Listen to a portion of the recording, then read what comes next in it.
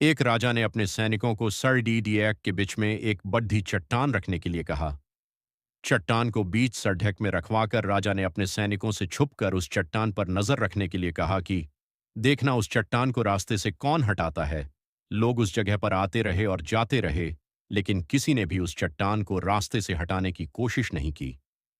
उस चट्टान के पास से लोगों के गुजरने वालों में राजा के कुछ करीबी लोग और शहर के कुछ बड्ढे लोग भी शामिल थे, और उनमें से कुछ लोग तो राजा को ही कोसने लगते कि क्या राजा इस चट्टान को भी रास्ते से नहीं हटवा सकता।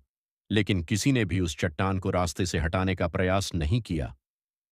ऐसा काफी दिनों तक चलता रहा। एक दिन एक व्यक्ति उधर से गुजर रहा था। उसने चट्टान को रास्ते में पडढ़े देखा और सोचा कि सबको इस चट्टान की वजह से कितनी तकलीफ हो रही है। उसने कड़ड़ी मेहनत करके उस चट्टान को एक तरफ धकेलने की कोशिश शुरू कर दी। काफी कोशिश के बाद वह उसे सड़क से हटाने में कामयाब हो गया।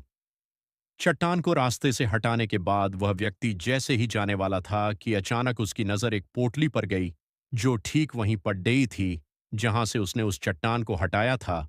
उसने उस पोटली को खोलकर देखा तो उसमें सोने के कई सिक्के थे, और उन सिक्कों के साथ राजा का एक संदेश भी था, जिसमें लिखा था कि ये सोने के सिक्के उनके लिए हैं जो इस चट्टान को रास्ते से हटाएगा। वह व्यक्ति जब इस काहचते को पढ़ा तो मन ही मन खुश हुआ और अपने घर को चला गया। दोस्तों, ठीक इसी तरह हम सबकी जिंदगी में भी कई परेशानियां आती हैं।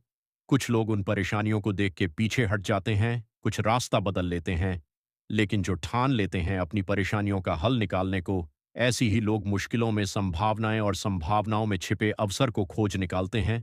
मजबूत इरादे और नेक दिल के साथ किए गए कोशिशों के परिणाम हमेशा ही अच्छे आते हैं। इसीलिए जीवन के परेशानियों से घबराओ मत,